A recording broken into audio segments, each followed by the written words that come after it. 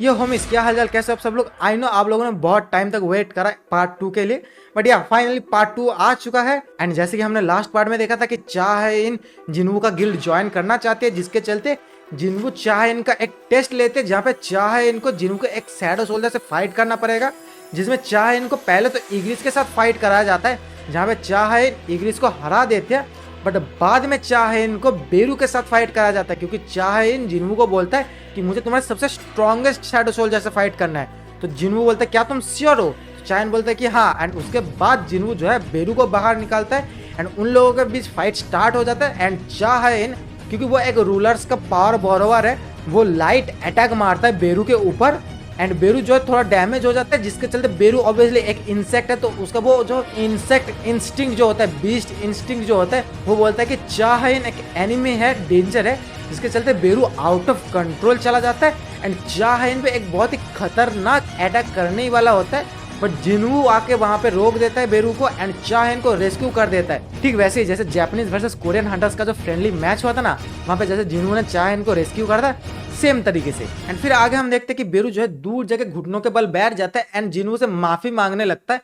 And जिन्वू चाहे से पूछता है क्या तुम ठीक हो? तो चाहे इन रिप्लाई में बोलते हैं हाँ मैं ठीक हूँ, मुझे कोई चोट वोट वगैरह आया नहीं है ज्यादा।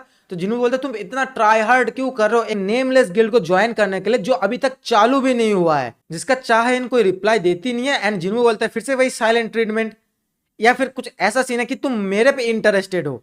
तो चाहे इन थोड़ा सा ब्लश करते हुए बोलते हैं कि हाँ आई थिंक सो। एंड फिर सीन कट हो जाता है, हम यूएस के हंटर ब्यूरो को देखते हैं, जहां पे मैडम नॉर्मा सेलनर एंड वो जो सीनियर एजेंट था, वो हंटर ब्यूरो का जो प्रेसिडेंट या फिर लीडर बोल सकते हैं, उसके पास आता है। एंड वो सीनियर एजेंट जो है बताता है जिन्वू एक किंग है। तो वो हंटर ब्यूरो का जो प्रेसिडेंट है वो शॉकिंगली बोलता है क्या इसका मतलब यही है कि जिन्वू नेशनल लेवल हंटर्स जितना स्ट्रांग है? तो मैडम नॉर्मा बोलती है कि हाँ ये बात सही है कि जिन्वू नेशनल लेवल हंटर जितना स्ट्रांग है, बट जिन्वू थोड़ा सा डिफरेंट है। जितने भी हंटर्स एग्जिस्ट करते हैं उनका पावर किसी दूसरे डिमेंशन से चैनल के थ्रू आता है, जिसके चलते वो लोग अपने एबिलिटीज वगैरह यूज कर पाते हैं। एंड जो नेशनल लेवल हंटर्स होते हैं उनका जो पावर सोर्स है वो बहुत ज्यादा ब्राइट है, कि वो सूरज की रोशनी जितना ब्राइट दिखता है एंड वो सोर्स जितना ज्यादा ब्राइट होता है वो उतना ज्यादा पावरफुल बनता है वो वाला हंटर। बट इन संग जिन्वूस केस ये थोड़ा सा डिफरेंट है। संग जिन्वू किसी और डिमेंशन से पावर बोरो नहीं करता। संग जिन्वू का जो पावर है वो उसके खुद के अंदर से आता है, उसके खुद के अंदर जो डार्कनेस है, जो इटर्नल डार्कनेस है, उसके अंदर से आता है। एक्चुअली संग जिन्वू खुद ही डार्कनेस है। तो वो प्रेसिडेंट बोलता है तो क्या इसका मतलब जिन्वू का कोई लिमिट ही नहीं है? तो मैडम नॉर्मा बोलते हैं हाँ संग जिन्वू का कोई लिमिट ही नहीं है। एंड बाद में फिर मैडम नॉर्मा जो है वहां से चली जाती है एंड वो सीनियर एजेंट एंड वो प्रेसिडेंट जो है बेसमेंट फ्लोर की तरफ जाने लगते हैं। एंड वो प्रेसिडेंट जो है बोलते हैं जिन्वू को हम मैडम नॉर्मा के थ्रू रिक्रूट नहीं कर पाए तो क्या हुआ, हमारे पास दूसरे मेथड्स भी है, क्या तुमको पहला एस रैंक गेट याद है? तो वो सीनियर एजेंट बोलता है वो मैं कैसे भूल सकता हूँ, दुनिया का सबसे पहला एस रैंक गेट, जिसको रोकने के लिए यूएस गवर्नमेंट ने बहुत पैसा फैलाया, बहुत रिसोर्सेस फैलाए एंड पूरे दुनिया के कोने कोने से टॉप रैंकिंग हंटर्स को रिक्रूट करा। बट इन द एंड सिर्फ और सिर्फ 5 ही लोग सरवाइव कर पाए उस डंजन को क्लियर करने में। एंड उन 5 हंटर्स को बाद में नेशनल लेवल हंटर्स का टाइटल दिया गया। ऑब्वियसली हम सबको पता है 5 नेशनल लेवल हंटर्स जो है उन्हीं का बात किया जा रहा है यहाँ पे। एंड उस एस रैंक गेट का जो बॉस था, एक्चुअली जो एस रैंक गेट का डंजन का जो बॉस था वो कौन था? कामिस द फायर ड्रैगन, जो इतना पावरफुल था। वो मतलब अभी के टाइम पे मैं तुम लोगों को बोलूं तो जैसे हम लोग जेजू आइलैंड रेड में देखा कि बेरू इस रैंक हंटर्स को चीटियों की तरह मसल रहा है, कामिस उस टाइम पे 100 से भी ज्यादा बेरू को अकेले मसल सकता था, इतना ज्यादा पावरफुल है कामिस, ठीक है, उस टाइम पे। एंड फिर वो सीनियर एजेंट एंड प्रेसिडेंट जो है बेसमेंट फ्लोर के पास आ जाते हैं एंड एक रूम के अंदर हमको दिखाया जाता है जहां पे एक रून स्टोन रखा हुआ है। एंड ठीक उसी के पीछे एक बहुत ही बड़े प्रोटेक्टिव ग्लास के अंदर कामिस का स्केलेटन रखा हुआ है, जो कि बहुत बड़ा है। एंड ऑब्वियसली उससे अभी भी माना इन्फ्लेक्चुएट हो रहे हैं, मतलब समझ रहे हो कामिस 8 साल पहले मर चुका है, फिर भी अभी भी उसका रिमेनिंग जो है वहां पे रखा गया है। एंड उसका रून स्टोन वहां पे रखा गया है। कामिस को डिफीट करने के बाद उन लोगों को रून स्टोन मिला था। एंड एक्चुअल सीन क्या है, ये लोग जिन्वू को रिक्रूट करना चाहते हैं, जिसके बदले में जिन्वू को कामिस का रून स्टोन देंगे ये लोग ऑफर में, क्योंकि 8 साल पहले कामिस को मारा गया था। एंड तब से अभी तक कोई भी हाई लेवल मेज हंटर नहीं आया अभी तक जो कामिस के इस रून स्टोन को एक्चुअली काम पे लगा पाए। बट जिनू क्योंकि बहुत स्ट्रांग है तो वो शायद से काम पे लगा सकता है, ये सोच के ये लोग ये बात बोल रहे थे। एंड फिर वहां से सीन चेंज होता है, हम लोग देखते हैं जिनवू को जो कि बाथरूम के अंदर मिरर में अपना लुक देख रहे होता है कि ये bro I am handsome. Actually नहीं, वो जिनवू अपना मुंह वगैरह देख रहा होता है एंड बोलता है मैं सच में बहुत कूल लग रहा हूँ, अच्छा दिख रहा हूँ मैं, पहले से तो काफी अच्छा दिख रहा हूँ मैं, एंड काफी हाइट वगैरह भी बढ़ गया, बॉडी भी बन गया मेरा। एंड फिर वो बाथरूम से बाहर आता है एंड जिन्हा से पूछता है 1 से 10 तक अगर रेटिंग करना होगा तो तुम मुझे कितना रेटिंग करोगे? क्या मैं उस टाइप का लड़का हूं जिसको देख के लड़कियां अट्रैक्टेड फील करती है? तो जीना बोलता है मुझे तो ग्रोस ही लग रहे हो तुम। एंड फिर जीनू जो है जीना से बोलता है मैं अपना खुद का गिल्ड चालू करने वाला हूं। तो जीना बोलता है मतलब तुम अब अपने गिल्ड के बॉस हो गए? तो जिनू बोलता है अगर कोई प्रॉब्लम वगैरह नहीं हो तो हाँ मैं ही अपना गिल्ड का बॉस बन जाऊंगा, तो बट मैं अपने गिल्ड का ना नाम सोलो प्लेयर गिल्ड रखने का सोच रहा हूं। तो जीना एकदम बोलता है पागल पागल है क्या तू, और कोई अच्छा नाम नहीं मिला? तो जिनू बोलता है तो तू ही कुछ नाम सजेस्ट कर दे। तो जीना बोलता है आज इन गिल्ड कैसा रहेगा? तो जिनू बोलता है ठीक है फिर हम आज इन गिल्ड रखेंगे। एक्चुअली आज इन जो नाम है वो जीना का नाम रिवर्स करके है, जिन आ जिन, तो वो रिवर्स करके जीना का नाम है। एंड फिर तभी सीन चेंज होता है एंड अब हम चाह है इनको देखते हैं जो कि अपने बिस्तर पे लेटी हुए है एंड मन ही मन बोलते लगे या आई थिंक सो, मैं पागल वगल हुआ, मैं क्या बोल के आया वहां पे।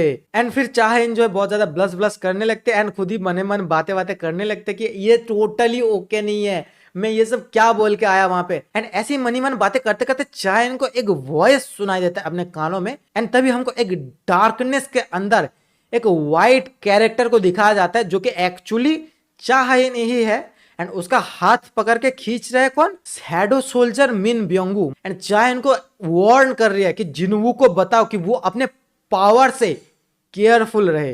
एंड तभी चाइन जो है एकदम से उठ जाते हैं एंड बोलते हैं अब मुझे याद आया जब मिन ब्योंगू ने मुझे हील किया था तब उसने मुझे एक मैसेज डिलीवर करने के लिए बोला था जिनवू को। एंड फिर हम देखते हैं कि सीन चेंज हो जाता है, जिनवू एंड जिन्हो जो है वहां पे बैठे हुए हैं एंड जिनवू जो है जिन्हों को सजेस्ट करता है यार हमारा थर्ड मेंबर कौन हो सकता है, हमको थर्ड एक मेंबर तो चाहिए ही चाहिए। तो जिन्हों बोलता है चाहे इनके साथ जो अपना बात हुआ वो कैसा गया? तो जिन्हों बोलता है मैं वैसा कोई हंटर अपने गिल्ड के लिए नहीं ढूंढ रहा। तो जिन्हों मन ही मन बोलने लगता है चाहे इन यंग है, इस रैंक हंटर है, ब्यूटीफुल है, हॉट भी है, अगर ये सब नहीं चाहिए तो कैसा हंटर चाहिए? चाहे इनसे बेटर हंटर कौन हो सकता है हमारे गिल्ड के लिए? एंड फिर जिन्हों जो है जिन्हों से पूछ ही लेता है कि आप कैसा हंटर ढूंढ रहे हो हमारे गिल्ड के लिए? तो जिन्हों बोलता है मैं एक ऐसा हंटर ढूंढ रहा हूँ जिसके पास हंटर्स लाइसेंस हो बट वो हंटर्स की जिंदगी जीने का वो उसको कोई ख्याल ही ना हो, मतलब वो अपने ही काम में बिजी रहता हो, हंटर है या नहीं है तो उसको कोई फर्क नहीं पड़ता। तो जिन्हों बोलते हैं मेरे दिमाग में तो कुछ लोग आ रहा है ठीक है मैं रेकमेंड करके बताऊंगा। एंड तभी जो है डोरबेल बजता है एंड जिन्हों जो दरवाजा खोलता है मनी वो बोलता है क्या चाहे फिर से आ गई? एंड दरवाजा खोल के क्या देखता है नाइट्स गिल्ड का जो गिल्ड लीडर है वो एंड उसके 2 गिल्ड के मेंबर्स जो है जिन्हों के पास आए हुए हैं। क्यों? क्योंकि उन लोगों के पास एक डंजन क्लियर का मिशन आया हुआ है जो कि है एक high level A rank dungeon. And obviously एक high level A rank dungeon clear करने के लिए तुम्हारी टीम में एटलीस्ट एस रैंक हंटर्स तो होने ही चाहिए। बट उनके गिल्ड में कोई भी एस रैंक हंटर्स नहीं है क्योंकि उनका जो गिल्ड मास्टर है वही एक ए रैंक हंटर है एंड उसका जो टीम है वो A rank Hunter he highest तक है, कोई एस रैंक हंटर है नहीं उनके गिल्ड में। तो वो लोग क्या चाहते हैं कि उनके जो उस रेड है उस रेड पे जिनवू ज्वाइन करे क्योंकि एक दूसरे गिल्ड के साथ अगर वो लोग कॉन्ट्रैक्ट करेंगे तो ऑब्वियसली उनका गिल्ड का रेपुटेशन भी थोड़ा सा खराब हो सकता है एंड उनको शेयर भी बहुत ज्यादा करना पड़ेगा जितने भी लूट मिलेंगे वहां से।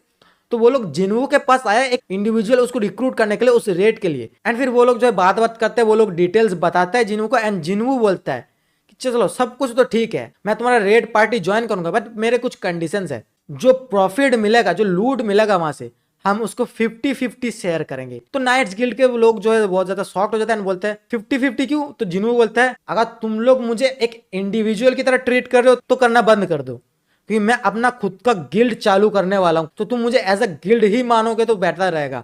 तो नाइट्स गिल्ड वाले बोलते हैं 40-60 करते हैं। तो जिन्हों बोलते हैं मैं यहाँ पे बार्गेनिंग करने नहीं आया हूँ, अगर करना है तो 50-50 या फिर निकलो। तो नाइट्स गिल्ड वाले बोलते हैं चलो ठीक है हम डील कंफर्म करते हैं, कल सुबह हम गाड़ी भेज देंगे आपको पिकअप करने के लिए। तो जिन्हों बोलते कोई जरूरत नहीं है मैं सही टाइम पे वहां पे पहुंच जाऊंगा। एंड फिर सीन चेंज होता है, हम अगले दिन देखते हैं कि सब लोग उस high level A rank dungeon के सामने आ चुके हैं एंड वहां पे बहुत सारे हंटर्स भी हैं एंड सब लोग बातें बातें कर रहे होते हैं।